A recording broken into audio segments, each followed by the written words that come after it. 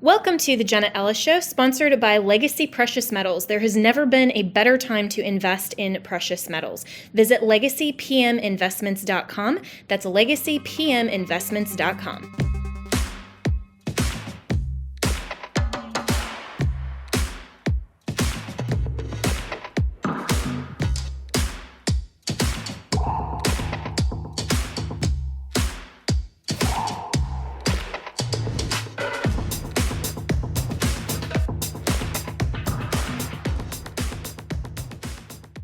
Good evening and welcome to Jenna Ellis Tonight. So the Democrat-led Senate, in an unprecedented act of hypocrisy and total political opportunism, today voted down both impeachment articles of Secretary Alejandro Mayorkas, thus effectively ending any potential trial that should have been held in the Senate. This is unprecedented because this type of pre-trial summary judgment has never happened for a sitting officer of the United States or someone who has not resigned. So this is what Speaker Mike Johnson had to say shortly following that vote in the Senate. House GOP Leadership statement on Senate ignoring constitutional duty to hold Mayorkas' impeachment trial. By voting unanimously to bypass their constitutional responsibility, every single Senate Democrat has issued their full endorsement of the Biden administration's dangerous open border policies. Secretary Mayorkas, alongside President Biden, has used nearly every tool at his disposal to engineer the greatest humanitarian and national security catastrophe at our borders in American history. Tragically, Senate Democrats don't believe this catastrophe merits their time or a discussion on the Senate floor.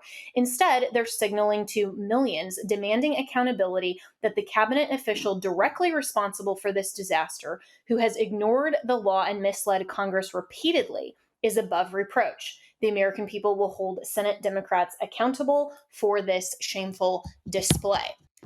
I think it's even worse than that with the utter and rank hypocrisy from the Democrats, because I'm old enough to remember when I was a member of the Trump legal team on his first impeachment, and we actually argued that those articles of impeachment against then President Trump, remember the whole Russia gate and the whole controversy over the Ukraine phone call, the perfect phone call that he got impeached for, was not a meritorious constitutional argument. It didn't qualify under the U.S. Constitution, Article 1, and the impeachment clause.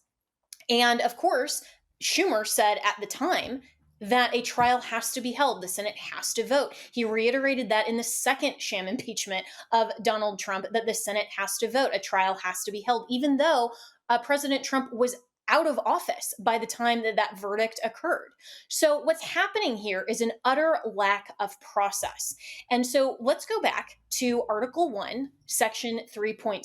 This says the Senate shall have the sole power to try all impeachments. When sitting for that purpose, they shall be on oath or affirmation. It continues. But look at that language. The Senate shall have the sole power to try all impeachments. Now, this doesn't just say the Senate shall try all impeachments. It's that they have the sole power to try, meaning that this is the exclusive forum and jurisdiction and venue with which impeachments from the House can be tried.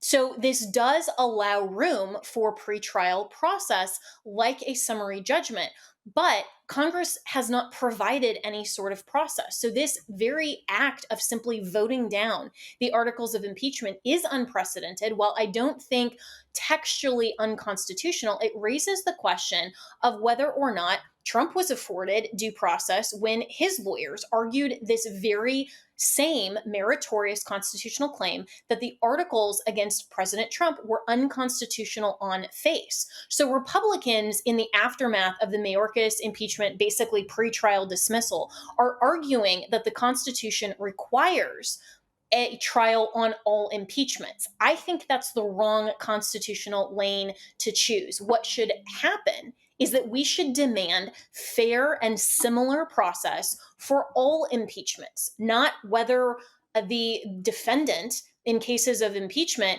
is a Democrat versus a Republican, or whether the Senate is comprised in its majority of the same party as the defendant. That's basically political opportunism. And that's exactly what we saw play out on the Senate floor tonight. What should happen is that Congress should legislate accordingly. They should provide for a process. And of course, it shouldn't be just on a vote of the members of the Senate. That would be too political. Any sort of pretrial process looking at summary judgment, questions of law rather than questions of fact, in a traditional judicial forum like a trial or an actual court of law would go to the presiding judicial officer. So in cases, for example, of presidential impeachment, the Constitution in that same subsection requires that the Chief Justice sit as the presiding judge over that trial.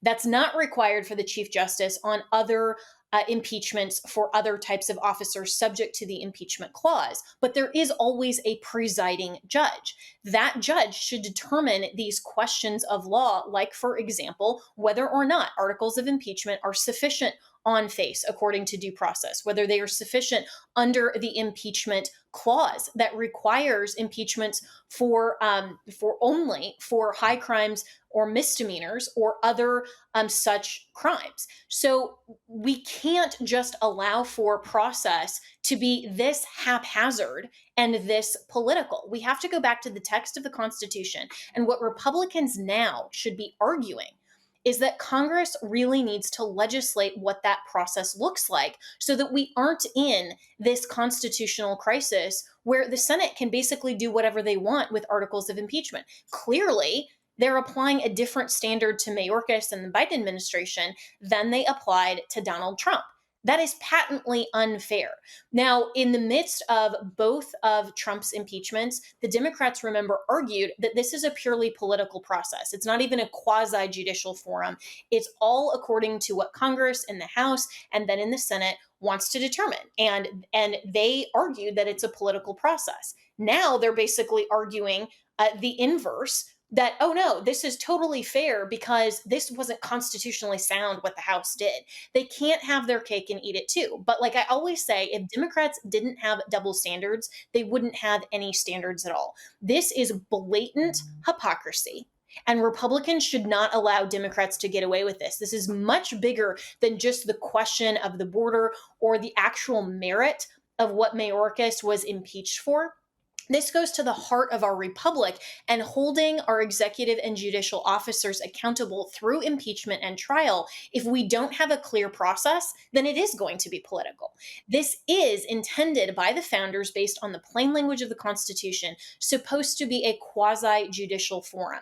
And Congress can legislate accordingly. They can provide process. They can provide clear directions so that no one, Republicans or Democrats, can take advantage when the person subject to impeachment and that defendant is a member of their own political party. We'll be right back with more here on Jenna Ellis Tonight to break this down further.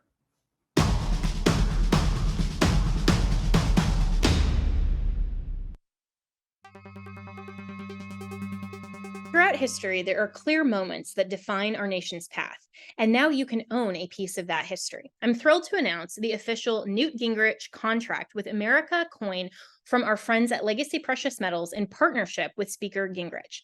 This limited edition 1 ounce 99.99% silver coin commemorates the historic victory in 1994 when the Republican Party, under Speaker Gingrich's guidance, took control of Congress.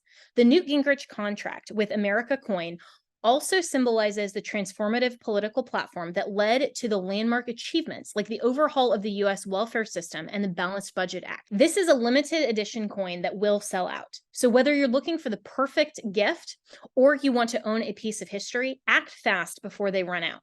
The Newt Gingrich contract with America coin is more than an investment. It's a tribute to honest government and America. You can order it online at newtgingrichsilvercoin.com. That's newtgingrichsilvercoin.com and use promo code Jenna, that's JENNA, to get $10 off your purchase. Go to newtgingrichsilvercoin.com now.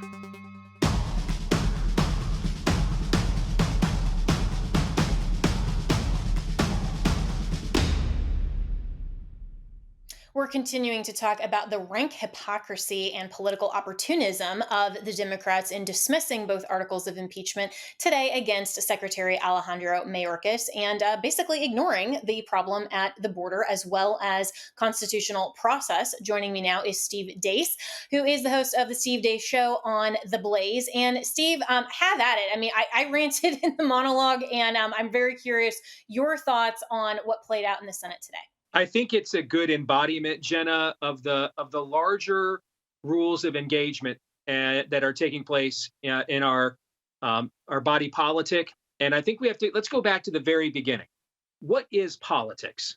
All right. So the essence of politics is faith and ethics in action. All right. The idea, well, you can't legislate morality. That's actually the only thing you can actually legislate. Every piece of legislation is moral. It's just a matter of which morality we're legislating. So that's kind of the essence of politics. But in our country, the purpose of it's how we conduct civil war in America. I mean, our founders gave us this process so the casualties would be votes and issues and principles, not one another, that we would not have a banana republic where each week it's like, ooh, this general's tanks are rolling down Main Street. He's in charge now.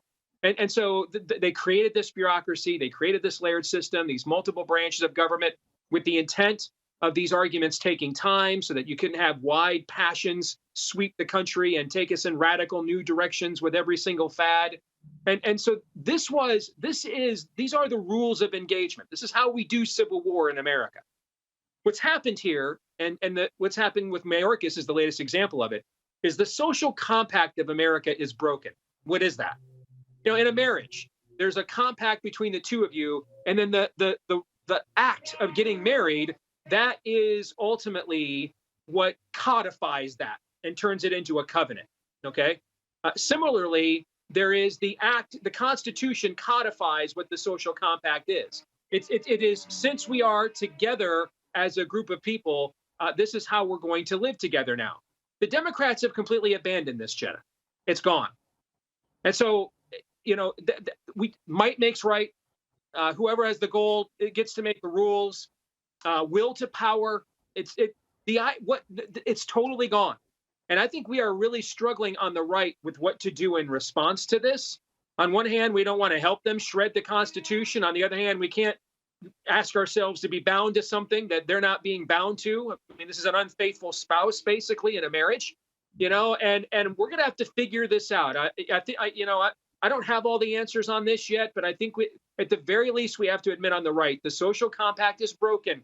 And therefore, the rules of engagement and how we conduct civil war through the political process must change. We can't be over here, Jenna, saying, all right, we're going to follow the 75th codicil of the 93rd clause of the Geneva Convention while the enemy on the battlefield is lobbing mustard gas-laced grenades via nuclear warheads. That's not relevant. Doesn't mean I want to be a war criminal. Doesn't mean I want to abandon the traditions I'm trying to uphold. But it does mean I may have to expand my repertoire of what are the rules of engagement in response now to this new provocation.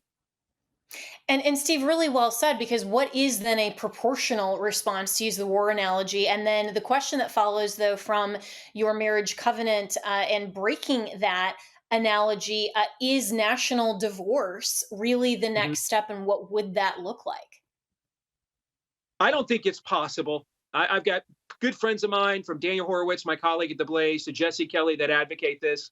I think, let me use an analogy. I think that today's left, the spirit of the age, even though Jehovah's Witnesses traditionally are apolitical and don't get involved, they're Jehovah's Witnesses in terms of their political practice. These are people who, they want to knock on your door. You need to be fixed. You're wrong. You have to be changed. The idea they're going to say, all right, you tell you what, you guys take all the states with the balanced budgets and go to your own thing. No, that's never going to happen. I don't think that that's a possible solution. I think we can self-sort, and I'm a strong advocate of that. If you look at the last election, for example, if a couple million people that wasted their 7 million votes for Trump in California would have dispersed strategically in other parts of the country, we wouldn't be having some of these conversations right now. It's just one example. So I do think we can self-sort. What's happening with people flocking to a state like Florida is an example of this. But systemically, No, they're not going to let us go. The only way out is through. We're going to have to. This is a worldview steel cage match now, Jenna. Two worldviews have entered. Only one is going to leave, and the only way out is through. We're going to have to confront this and defeat it. Yeah, so well said. This is a worldview issue, and you're absolutely right about morality dictating. And this is the problem with the left, that they have completely and utterly abandoned an objective standard of moral truth. And so they have this thin veneer of what they call justice, and yet they're Right. manipulating that into a new definition. And we saw this not just with Mayorkas, but also at the Supreme Mhm. Court yesterday, with the DOJ trying to manipulate this completely out of context statute just to go after the January 6th defendants, when Justice Gorsuch plainly asked the Solicitor General, why haven't you applied this to BLM riots, with Kavanaugh's own confirmation hearings, all of these other examples of violent protests? And the Solicitor General manipulated herself into a pretzel instead of just answering substantively and directly, because we Mhm. want to. That's all that it is that they want to have the new standard be whatever we want to do, we will have happen, and we will make a political outcome and call it justice. So we can't possibly continue to exist in a society that manipulates the political outcome and calls it justice. Well, since we're sitting here on Salem and it's the largest Christian media company in on this hemisphere, let's look at this through an explicitly Christian lens. Okay, what's going to be a major difference? We are now in a post-Christian era. We are in a pagan country, and this is going to be new for Christians in the West, and specifically in this country. This is the only country in the history of Christendom that was uniquely founded and inspired by Christian principles, the only one. But if you look at prior to the Pilgrims at Plymouth Rock, pretty much the previous 1600 years of Christian history was that those who truly wanted to live and follow the Bible were not the hegemony. They were the minority. They were persecuted, and they had to still learn that they had to live that out. They were still called to walk that narrow road, even under persecution.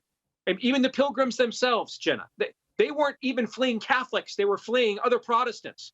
The Anglican King of England saying, "I'll teach you what you can preach and what parts of the Bible you can use." And so this has actually been the history of Christianity from the very beginning. The tireless minority changing things from the inside out through things like civil disobedience, living faithfully despite what the spirit of the age. And we got to take There's a other. hard break right here, but we'll get back to more of this lesson and where we should go as Americans and as conservatives when we get right back.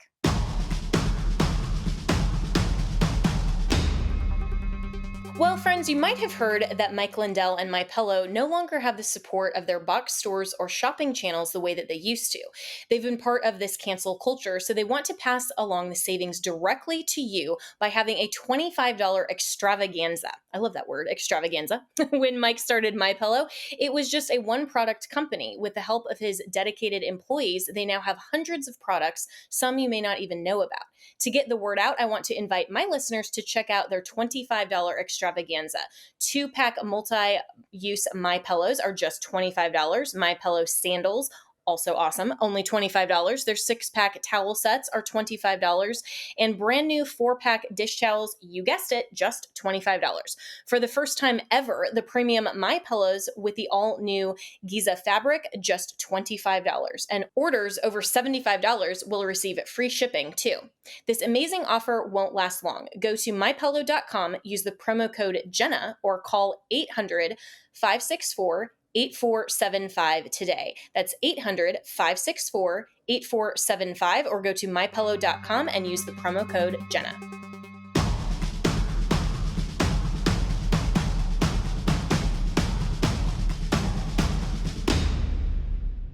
Continuing my conversation with Steve Deace, who is the host of the Steve Deace Show at Blaze TV. And Steve, you're in the middle of articulating very well what has always been Christians combating this ridiculous, untruthful worldview, because there's truth and there's everything else. So where do we go from here?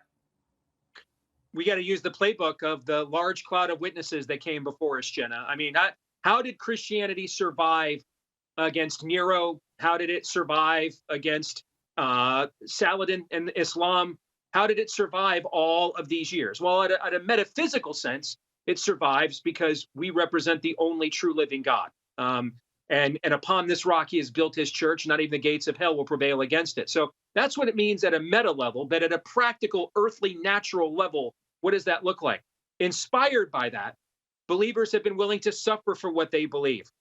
The gladiator games in Rome were canceled because one monk, Telemachus, came out of the stands and demanded they stop the slaughter. He was murdered right there on the floor of the Colosseum for doing that. But that murder so abhorred Rome that was the last day the gladiator games ever took place. So a willingness to suffer for what we believe in. Civil disobedience, you think of the civil rights movement, largely sparked because a 29-year-old Baptist seamstress got on a bus one day and just uttered the word no.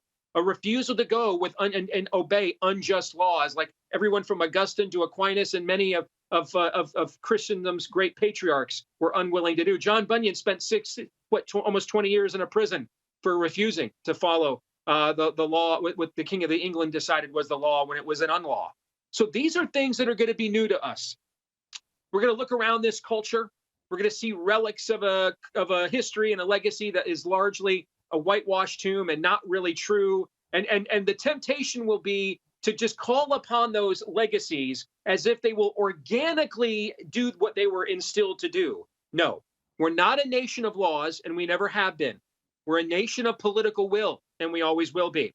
Those institutions that bear marks of our faith were founded from men who pledged their lives, fortunes, and sacred honors to establish them, and they paid those prices. So this idea we're going to restore them or preserve them without any discomfort is not true. We're going to have to be willing to suffer. We're going to have to be willing to sacrifice. We're going to have to be willing to say no. I mean, Christians need to learn the word no again. That's a magical word. Learn to say the word no. Just say no sometimes when you mean yes, just to get used to saying no. All right? We're going to refuse. We're not going to go along with things. I'm not going to keep quiet anymore. Okay? And it's kind of funny. Jesus once said the children of men are smarter than the children of light. What I'm describing are actually many of the cultural tactics that the left and the spirit of the age have used to gain the advantage they have today. They basically took our own playbook and said, hey, you guys want to hide out in the suburbs and watch Tiger King? We'll take your principles and we'll use them against you. And that's exactly one of the reasons we're right here where we are now. So well said. And this is inherently a theological discussion because we are discussing the difference between truth versus falsity. And in the biblical worldview, and the only truth that we understand from the reality to which we're presented, as C.S. Lewis said, is that truth is a person. And when we grow in the grace and knowledge of the person of truth, we stand up for truth and we turn away from wickedness and evil and everything that is false. So there is a distinction, Steve, even though you rightly say that we're a nation of political will, not just a nation of rules, because sometimes the rules can be evil too, anyway.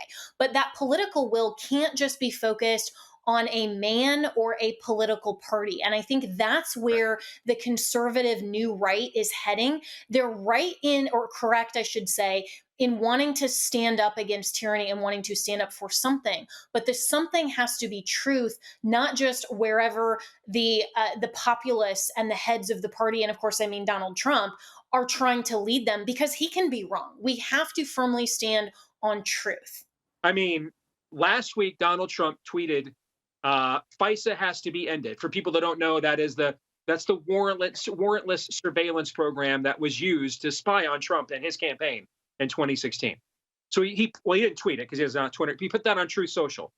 48 hours later, he does a press conference with Mike Johnson at Mar-a-Lago. He says, I'm no fan of it, but do what you want. This is the very program that was the instrument to launch the entire Russian collusion fallacy we all suffered under for 3 years, that essentially was a de facto coup against his presidency. And he's like, do what you want. And hey, Mike Johnson's my boy. This is the danger of putting all your eggs in one man's basket, any man's basket. Okay. And so I wholeheartedly agree with you on this. The problem is that we want to do this because that gives us another excuse to be passive. Trump will save us. Trump will take care of it. I voted Republican. I watched Fox News again. Lindsey Graham got to the bottom of it with Sean Hannity again tonight. Okay. We're still reading Mark Rich's emails. It gives me an excuse to not have to worry about getting my hands dirty, to not have to go to a school board meeting, to not have to tick anybody off at Thanksgiving while Aunt Petunia is basically reading Rules for Radicals as the pre-meal prayer. We are seeking passivity. We crave it. Show me a reason why I don't have to do a darned thing, and I'll likely take that path of least resistance. And isn't that always the way of man? And that clashes completely with Ephesians 5 that says, take advantage of every opportunity because the days are evil. And I think that message is entirely apt and has been for the entire New Testament age, which is the last days that we are still living in. And so, just in the last about minute and a half we have with you, Steve, and I so appreciate that you bring this back to a truthful standard, not just politics. How can we, in practical terms, stand up and take advantage of every opportunity? Like I think you and I do. And in all honesty, I'm so grateful for you not worrying about your audience, your following, the grift or, MAGA approval or any of that nonsense, just simply standing up and speaking truth. I think it starts with a very simple challenge we all have to answer. If Baal or the spirit of the age is Lord, go and serve that. Don't be in the in between. Go and serve that. Cash the check. If the Lord is Lord, serve him. Okay? Choose ye this day whom you will serve. It really starts there. That challenge needs to emanate from our pulpits. All right? It needs to emanate from dads in the home to the family.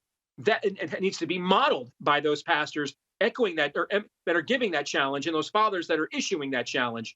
That's where it starts. That's where it's always started. And from there, that mustard seed can grow, Jenna. One plants, another waters, and then God will give the increase.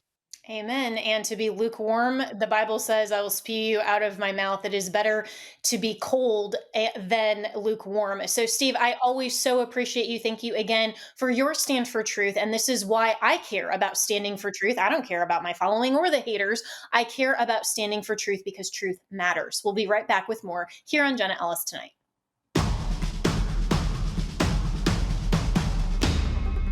Throughout history, there are clear moments that define our nation's path, and now you can own a piece of that history. I'm thrilled to announce the official Newt Gingrich contract with America coin from our friends at Legacy Precious Metals in partnership with Speaker Gingrich. This limited edition 1 ounce, 99.99% silver coin commemorates the historic victory in 1994 when the Republican Party, under Speaker Gingrich's guidance, took control of Congress. The Newt Gingrich contract with America Coin also symbolizes the transformative political platform that led to the landmark achievements like the overhaul of the U.S. welfare system and the Balanced Budget Act. This is a limited edition coin that will sell out. So whether you're looking for the perfect gift or you want to own a piece of history, act fast before they run out. The Newt Gingrich contract with America coin is more than an investment. It's a tribute to honest government and America. You can order it online at newtgingrichsilvercoin.com. That's newtgingrichsilvercoin.com and use promo code Jenna, that's JENNA, to get $10 off your purchase. Go to newtgingrichsilvercoin.com now.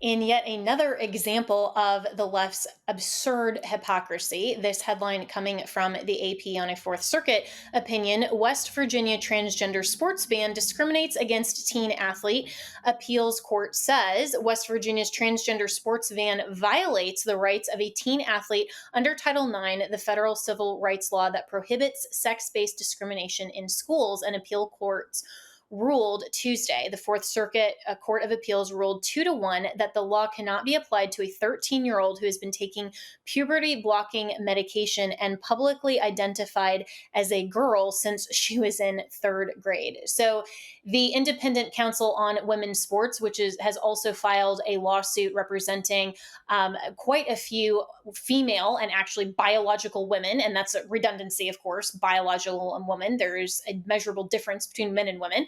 They responded on social media saying this from Icons: the Fourth Circuit's decision is baffling. They contort Title IX into something unrecognizable, suggesting that women and girls are defined by the self-image and beliefs of men, unworthy of legal recognition or protection.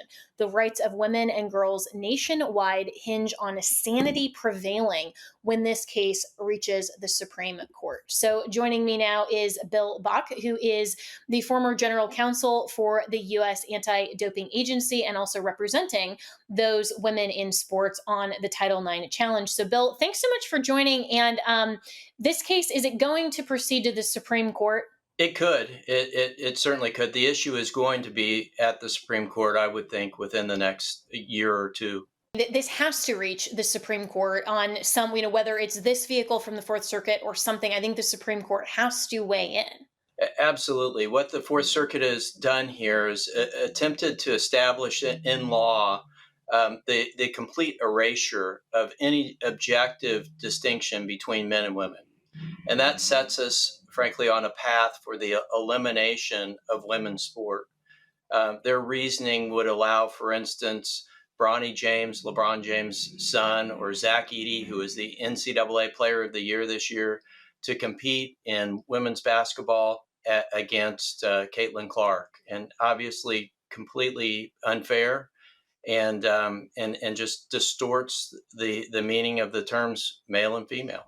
And how can any court, whether it's the Fourth Circuit or the Supreme Court, any court say that trans woman means the same thing as woman? I mean, this linguistically is trying to, just like we talked about earlier in the program with the term justice. I mean, the left is trying to take a fixed term that has a discernible meaning that is connected to tangible reality, hollow it out, and put in their own reality so that they can manufacture this arbitrary nonsense. Why has any court so far gone along with this? It's because the courts, unfortunately, are looking at this in a very results oriented way. And when everybody's a woman, just because you identify as a woman, and they call you a trans woman, and then they refer to women who identify as women as cis women, it creates such confusion in the language that that people are having a hard time distinguishing, in terms of legal principles, really what is a man and a woman. And that's why the use of these kind of woke terms is so harmful, because people don't really understand what you're talking about. And when you try to use those terms and apply legal principles, you get very confused. And the Fourth Circuit's Yeah, and confused on this. of course they are, and hopefully the Supreme Court sets them straight. And you and I know as lawyers, and I think anyone who is sufficiently practiced in their particular discipline know that terms of art have an acquired meaning and a precise meaning, so that when you utilize them, they have a common understanding. We can communicate. I mean, that's language, and even a 2-year-old knows the difference between yes and no. There's not really any confusion there. And so language has to be the vehicle by which we communicate. And yet what the left is trying to do with all of these, so-called spectrums, and saying that gender is a spectrum and all of these other things can't be necessarily defined, they're trying, I think, to absolutely inhibit and neuter the argument before we even get it off the ground. And so if this were applied to any other facet of legal precedent, which it's starting to be, then we couldn't even have laws that are predictable, that are enforceable, that provide proper notice. I mean, all of these things that we rely on in our profession would basically cease to exist.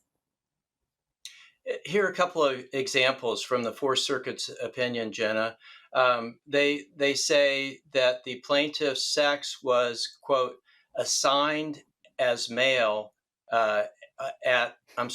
assigned as male at birth, but she publicly identified as a girl. So the assigned as male, no, it wasn't assigned. It was determined to be male based on biological factors. Another example, the Fourth Circuit said a person's maleness or femaleness must be determined according to the statute based solely on the individual's reproductive biology and genetics at birth. In other words, how you were made and what your genes are say whether you are male or female. Of course, that's right.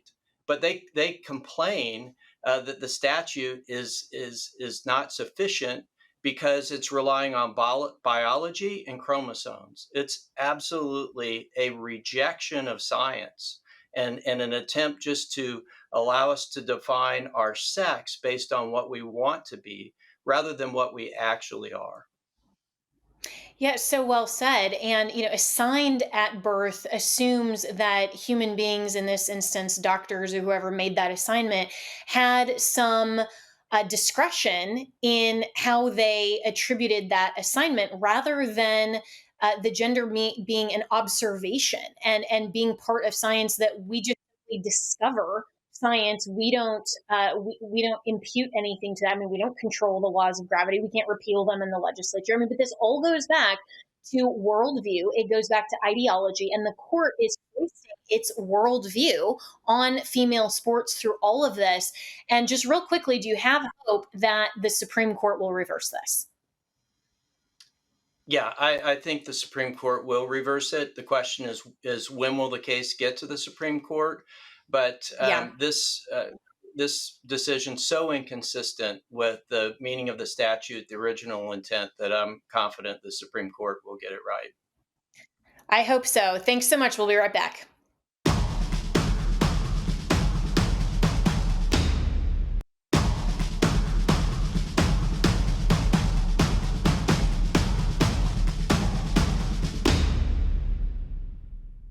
And finally, tonight, authorities in Brussels shut down a conservative conference yesterday. This coming from the Daily Wire. The headline is Brussels authorities order shutdown of right wing gathering. Brussels authorities ordered the shutdown of the National Conservatism Conference to ensure public security. Yeah, they say that. The keynote speaker, Nigel Farage, called the move monstrous. So joining me now is Saurabh Sharma, who is the president of American Moment. So there's some interesting kind of background to this. What led up to this, and why would Brussels possibly not allow a conservative conference? Sure thing, Jenna. So I'm also the executive director of the Edmund Burke Foundation, which puts on national conservatism conferences in the United States and Europe. The goal of these conferences is to get patriotic nationalist conservatives together to talk about issues like immigration and economic prosperity and preserving a common culture, basic common sense stuff. And we were ready to host our second conference in Brussels just a few days ago for the last few months. And we had booked this venue called Concert Noble that's right across the street from the European Parliament. We had hosted a conference there before. We thought it would be completely conventional logistics. A few days before the conference, Concert Noble pulls out. And they say, because of security concerns, we're not going to be able to host you. And we scramble and we find a second venue, the Sofitel, and they end up signing a contract with us. And then Monday night before the Tuesday conference, they pull out as well. It is 6 o'clock on Monday and we have no venue. We find a third venue, and it is right around noon of the day of the conference that we realize what exactly is going on. The mayor of Brussels had been engaged in a pressure campaign against these hotels, getting them to cancel our conference. And because this venue would not comply, he sent out a message saying that by order of the mayor of Brussels, this conference is not allowed to happen for safety reasons and because of Antifa hecklers. And so he literally gave Antifa a heckler's veto. But he also includes plenty of little snippy lines in his press release where he says that these are homophobes and traditionalists and Eurosceptics. And that's plenty of reason to cancel the conference as well. And so the police show up at our event, 3 police officers, and they come inside ready to tell us we have to shut everything down. They'd given us sort of a verbal indication that the event had to close. We didn't budge. We didn't feel the need to yet.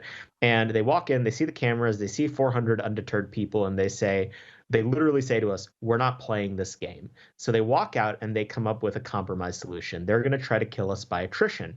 They're going to stand outside, and if anyone leaves, they're not allowed to come back in. So you would think, oh, this is midday of the conference. People need their lunch. They got caterers to take all the food away. But no, people stayed for the entire conference, all through the end of the day. There were a bunch of speakers that were scheduled to come in later in the day that had a varying set of things happen to them. Some of them were just completely turned away at the door, like presidential candidate Eric Zemmour from France. Some of them magically managed to find their way into the venue. Hard to say how that happened. That included Cardinal Mueller, who at one point was the third highest ranking Catholic priest in the world, as well as Miriam Cates, an MP from England. So it was a drama-filled day, but at 2 in the morning last night, the court actually said that this was completely unconstitutional under Belgian law, and that we were going to be allowed to continue our conference undeterred, as we did today. Managed to cause an international incident along the way. 4 prime ministers have commented on this, calling it a farce, but it's really been quite a circus. Wow, this is an incredible story, and good for the Belgium court for actually saying that this is unconstitutional. Because that was going to be my next question. I mean, I thought that Brussels allowed these types of gatherings and had, similar to America, at least a freedom of association and not this type of viewpoint discrimination from the mayor. But what caused them to weigh in? Did you actually have to go and file a petition, or how did they even become aware of this? Yeah, so we were pursuing multiple courses of action as soon as things started to get really dicey over the weekend. Our friends over at Alliance Defending Freedom put a bunch of attorneys pro bono on this case. We had a paid lawyer as well helping us out. And so we were simultaneously at multiple different levels trying to find an answer to this problem. And eventually they were, in fact, victorious at 2 in the morning. Even the Belgian prime minister, who is a liberal of all liberals, put out a tweet yesterday saying that this was a complete joke and that this is unconstitutional under Belgian law. Now, Belgium has a very weak prime minister, and so he wasn't necessarily able to do something about it aggressively, but it certainly sent a message that this wasn't about the content of the conference, which was fine, to be clear, but it was about the values of free speech that a lot of Europeans still think that they uphold. But this was proof positive that if Brussels is allowed to control the entire European continent, which they want to, and what these upcoming elections are about, that conservative speech, conservative ideas, conservative values will not be tolerated in any country. So Europeans should really watch out. Wow. I mean, how dare you talk about things, that are conservative principles and values? I mean, this has been heralded as right wing extremism here in America, and we're seeing that now play out in other Western society and Europe. And this is very dangerous to freedom of speech, free exchange of ideas. And so it's good that definitely that you had this significant win. But what does this portend for Europe as a whole? I mean, you mentioned the upcoming elections, and I think that there are a number of other European countries that are trying to shut this type of speech down. I mean, you look at even the mayor of London, for example, that is Islamic, as well as the mayor of Brussels. I mean, does that kind of have anything to do with this, or is it just that it is left wing rhetoric trying to shut down conservative viewpoints? Look, there is definitely ideological bias undergirding this. If you read the translation of the Brussels mayor's press release talking about this order, he could have easily said that this was purely a matter of public safety, left it to that, kept it to 1 or 2 paragraphs. Instead, he goes on for 2 or 3 paragraphs about all of the supposed errors in our way of thinking, that we're traditionalists or that we're Eurosceptics and so on, and that really it's for our own good. We really shouldn't be having this kind of conference for our own sake because these are bad ideas. And it just goes to show you what the left means when it says liberal democracy. Liberal democracy, according to left-wingers, is when they win and you lose. It really just comes down to that.